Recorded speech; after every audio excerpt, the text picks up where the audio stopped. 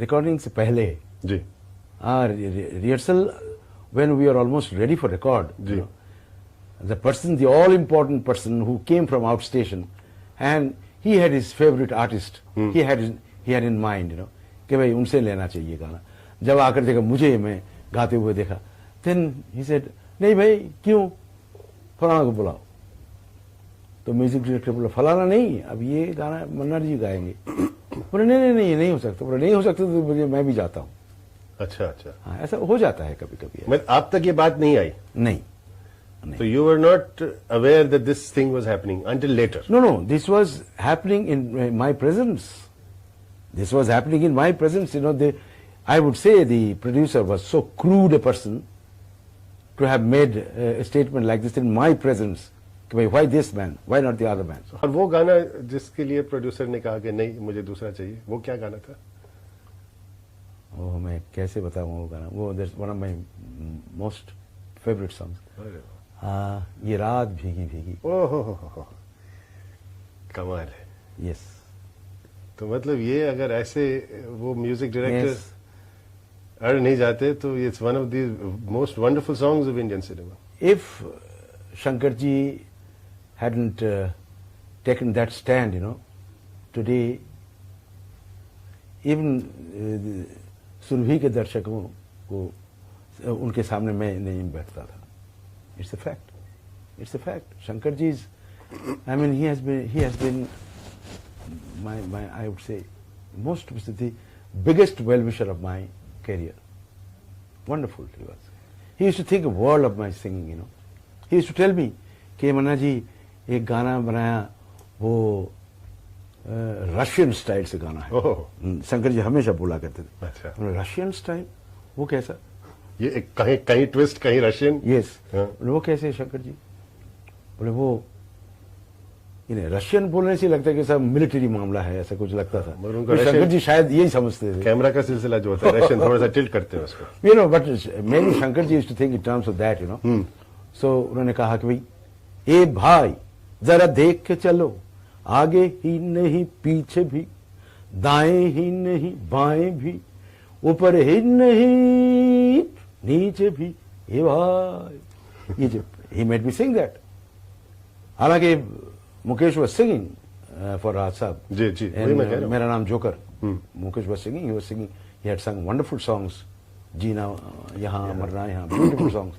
But then when this Russian type came, he said कि मन्ना जी ये challenge है, ये आपको गाना पड़ेगा, and it's the most important song of the movie and the life's philosophy. And Raj Sahab actually acted in front of me. Actually तू जहां आया है वो तेरा घर नहीं, गांव नहीं, कुछ नहीं, रास्ता नहीं, बस्ती नहीं, everything. Raj Sahib, he stood in front of me and he was acting like this, So when I sang this song, I think Guddu, क्या नाम राज साहब का लड़का, क्या नाम था? डब्बू ने पूछा, अंकल आप तो बहुत फॉर्म में हैं. क्यों? बोले ये तो मन्ना डे लगता नहीं है कि कुछ और ही लग रहा है. क्योंकि ए भाई जरा देख के चलो, ये जो है ना, because I was looking at Raj Sahab and I was trying to put that act through my singing. यानी कि वो स्टूडियो के अंदर थे? जी हाँ, एब्सोल्युटली. आप यहाँ माइक्रोफोन आपके सामने है, राज जी वहां खड़े हुए हैं, आप गा रहे हैं और वो कुछ एक्शन आपको देखते हुए कर रहे हैं. एब्सोल्युटली. आजकल के जमाने में ऐसा कुछ होता नहीं. ओह भाई कहाँ होता है ऐसा. मैं कहूंगा दोज आर द डेज जहां यानी एक रिकॉर्डिंग, खास करके राज साहब से recording, it used to be an event of the industry. Tardeo में ये मीनू कतरक रिकॉर्डिस्ट होते थे, हुआ करते थे उन दिनों में. रिकॉर्डिस्ट मीनू कतरक, उनके assistants, musicians, the music directors, Raj Sahab what you call the unit members, and this is the राज साहब के यूनिट मेंबर. जब भी राज साहब के गाने होते थे, उधर शम्मी साहब होते थे, क्या नाम हमारे शशि जी होते थे, नरगिस जी होती थी, एंड सब कोई होते थे. और बाहर भीड़ यानी 2-3 हजार लोग खड़े रहते थे. अच्छा. And it is to be revealed right from morning till evening. And then खाना पीना सब करके कोई रात के 11-12 बजे हम लोग घर जाते थे. Wonderful days really. प्यार हुआ इकरार हुआ, वो मेरा बहुत ही पेट सॉन्ग है। और मुझे याद है जब शंकर जी मुझे बुलाए उनके महालक्ष्मी के म्यूज़िक डिपार्टमेंट में, बाकायदा हम लोग रिहर्सल किए, कुछ 2 घंटे जम के रिहर्सल किए, लता जी, मैं, musicians, there were about 50 musicians, and उन्होंने लिखा था, शैलेंद्र जी ने लिखा था गाना। रिहर्सल करने के बाद जब गाना बिल्कुल रेडी था, शंकर जी कह रहे थे कि भाई राज साहब आएंगे, राज साहब आएंगे, लेकिन राज साहब आए नहीं। अच्छा। तो हम लोगों ने बोला कि भाई अब तो राज साहब आए नहीं, ठीक है फिर रिकॉर्डिंग स्टूडियो में ही मिलेंगे। बोलते बोलते राज साहब आ गए, नरगिस जी भी आई, और साथ ही साथ कुछ स्टूडियो को भी उनके असिस्टेंट वगैरह आ गए, और उन्होंने कहा भाई मुझे भी सुनाओ। राज साहब बड़े प्लेफुल थे, बिकॉज उनको कुछ काम करवाना था, तो बड़ा playful he to get it done, and he used to be very fond of playing the dholak. He used to come and take the dholak and start playing. तो उन्होंने पूछा, मन्ना बाबू कैसा लगा गाना? राज साहब लाजवाब है गाना, तो एक बार तो सुना दीजिए। तो फिर सेबास्टियन जो शंकर जी के असिस्टेंट थे, फिर 1-2 किया उन्होंने, हम लोग शुरू हो गए। तो राज साहब बहुत देर तक सुनने के बाद बोला, जरा जरा रास्ता बना दो भाई मेरे लिए, जरा जगह बना दो। तो जगह बनाया गया, और नरगिस जी और राज साहब दोनों मिलके बाकायदा हम लोग गा रहे थे, और राज साहब जैसे ही was enacting, both of them they were enacting the song. Wonderful, wonderful. And then while singing we could feel the way Raj Sahab wanted it, you know, without our knowing we were, I mean, going along with Raj Sahab's mood. So that was the thing, that great was Raj Kapoor, you know. And मैं ये कह सकता हूँ कि राज साहब मुझे जब चुना था वही गाना गाने के लिए, मैं रो दिया था, क्योंकि गाने वाले तो बहुत थे, लेकिन राज साहब जब मुझे चुना, मेरे करियर